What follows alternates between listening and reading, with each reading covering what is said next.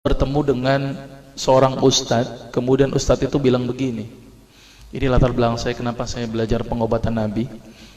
Ustadz itu bertanya kepada saya begini, "Dok, antum yakin gak sih dok kalau antum masuk surga?" Kira-kira kalau ditanya seperti itu, Bapak jawabnya gimana Pak? Yakin gak sih Pak masuk surga? Insya Allah pasti ya. Saya jawabnya pada waktu itu apa?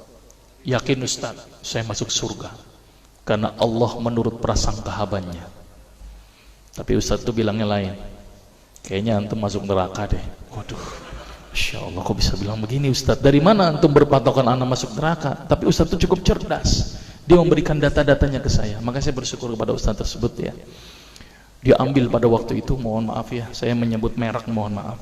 Diambil obat, ya dok. Saya nyebut merek, mohon maaf ya, Lovenox. Obat apa itu? Obat yang dipakai untuk mengencerkan darah. Biasanya diberikan pada penderita penyakit jantung, stroke dan gangguan bekuan darah. Lovenox. Di situ tertuliskan kata apa? Porsin origin.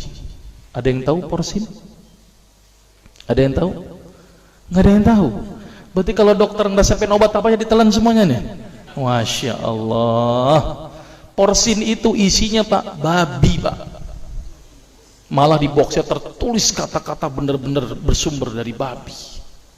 Saya bilang, waduh, berarti dok kalau antum ngeresepin porsin satu pasien, antum telan itu obatnya, kira-kira ibadah orang tersebut diterima nggak sama Allah? Diterima atau tidak? Tidak akan diterima dok. Siapa yang dipersalahkan nanti? Antum yang menuliskan resep. Satu. Diambil lagi obat yang kedua. Saya cerita latar belakang dulu ya sebelum saya terapi senyum. Diambil obat yang kedua. Pada waktu itu diambil apa? Atrapid.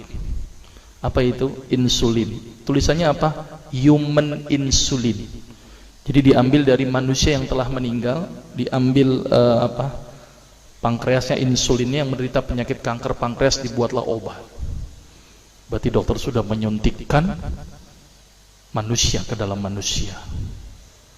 Diambil lagi obat yang ketiga. Luar biasa ini dokter. Apa Ustadz ini? Diambil obat namanya analsik. Apa itu analsik? Obat untuk pusing. Ini di kalangan dokter sering resep ini nih. Isinya apa? Antalgin dan diazepam. Diazepam, makanya kalau orang minum obat ini pasti ketagihan, saya yakin. Kalau minum obat warung nggak ngefek ini. Karena kenapa? Karena mengandung diazepam. Diazepam itu apa? Narkoba Pak. Bikin kita teler. Maka itu cara nyari uang paling gampang, kasih aja resepin analsik, pasti balik lagi dia.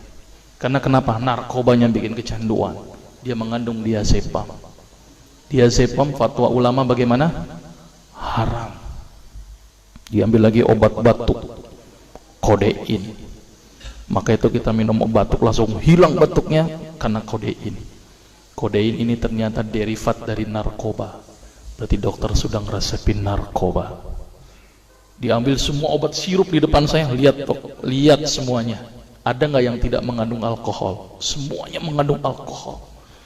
Sampai saya pikir, Masya Allah, berapa ribu pasien yang telah saya resepkan obat-obatan haram tersebut. Ini yang menjadi kegelisahan saya Pak.